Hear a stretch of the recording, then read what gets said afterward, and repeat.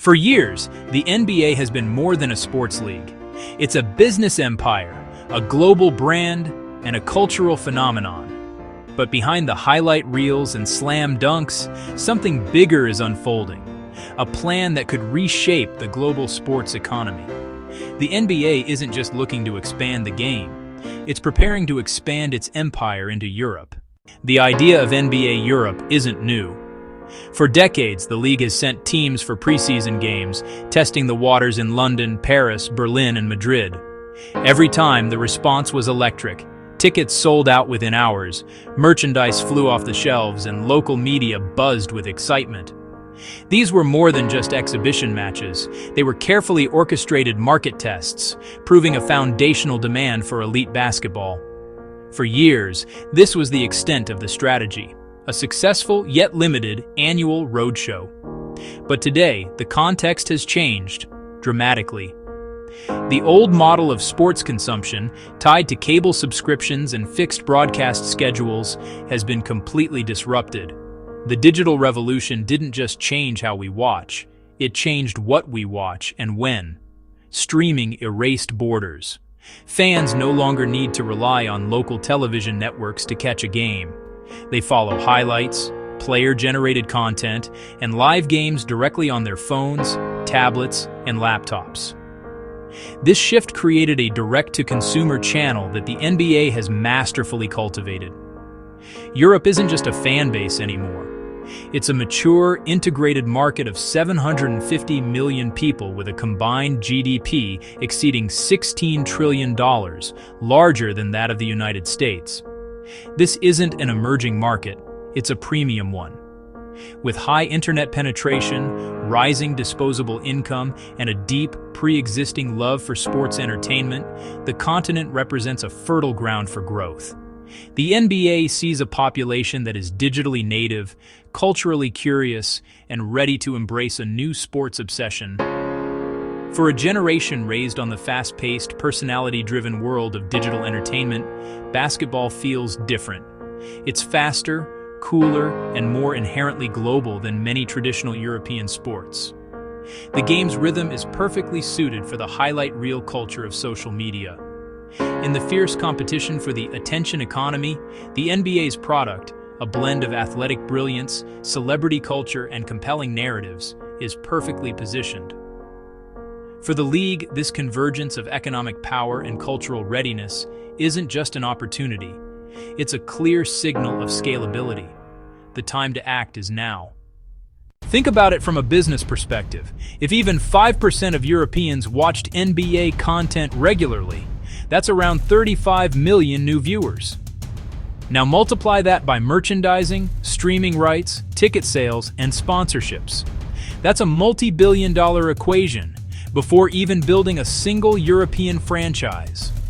For sponsors like Nike, Adidas, or Coca-Cola, NBA Europe means new audiences, higher brand penetration, and year-round content.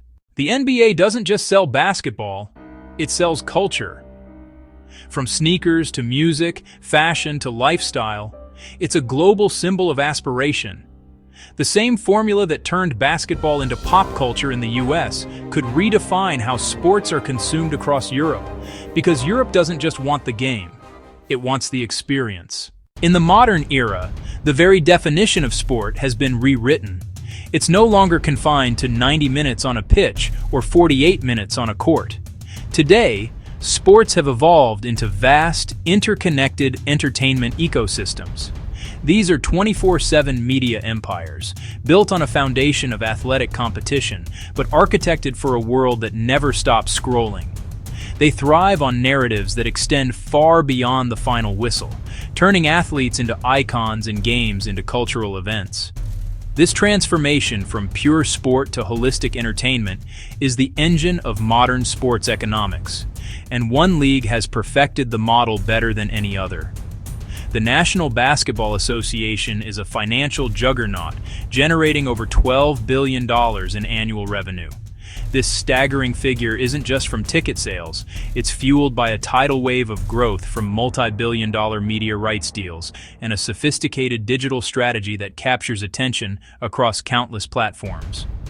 From global streaming subscriptions to microtransactions within its mobile apps, the league has mastered the art of monetizing every facet of the fan experience.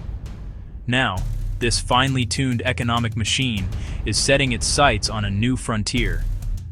The European sports market, a behemoth already worth over $35 billion, is ripe for disruption. With a population of nearly 750 million people and a combined GDP exceeding $16 trillion, the continent represents a consumer base with immense disposable income and a deep-seated passion for sport. For decades, this market has been dominated by football, but the ground is shifting beneath the old guard. The catalyst for this disruption is a generational change in media consumption. Younger audiences, raised in a digital-first world, are moving away from the appointment viewing of traditional football. They crave content that is faster, more global, and seamlessly integrated with online culture. The NBA's digital-first approach, built around viral highlights, player-driven narratives, and constant social media engagement, gives it a unique and powerful edge in this new landscape. The league understands that in the modern world, attention is the most valuable commodity. In simple terms, Europe has the attention.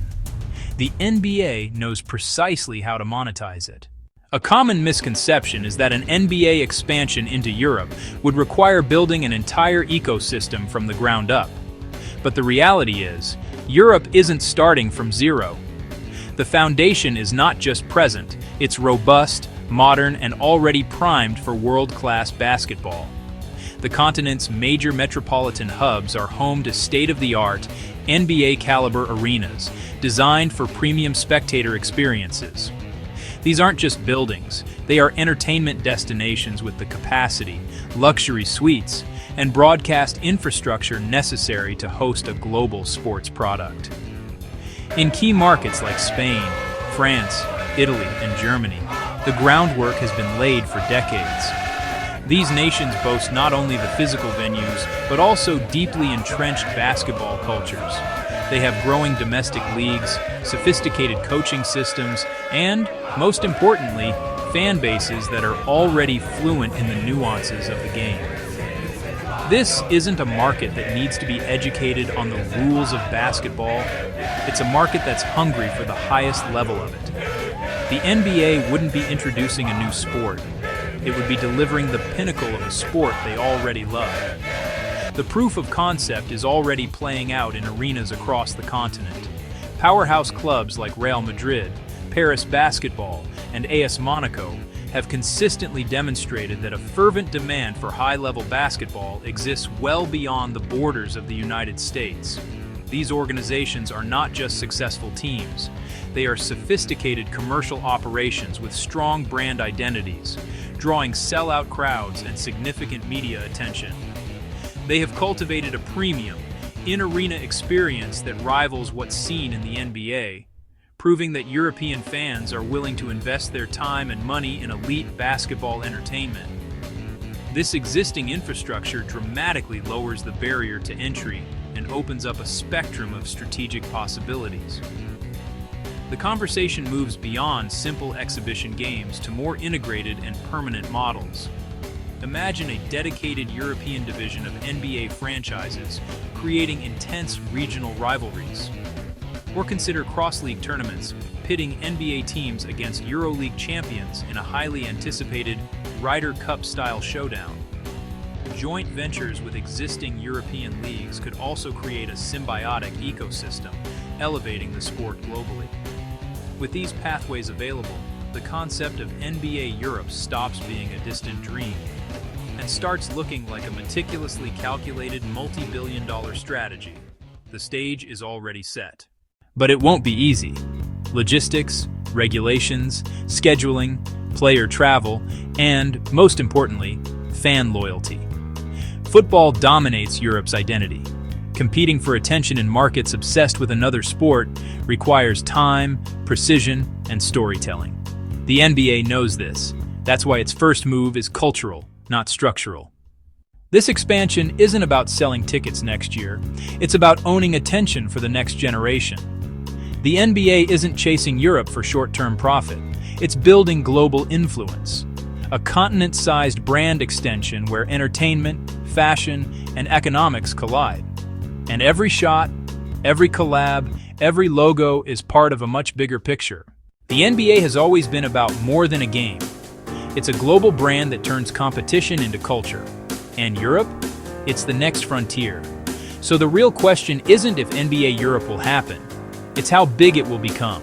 Because the next billion-dollar play might not happen on Wall Street, but on a basketball court in Paris.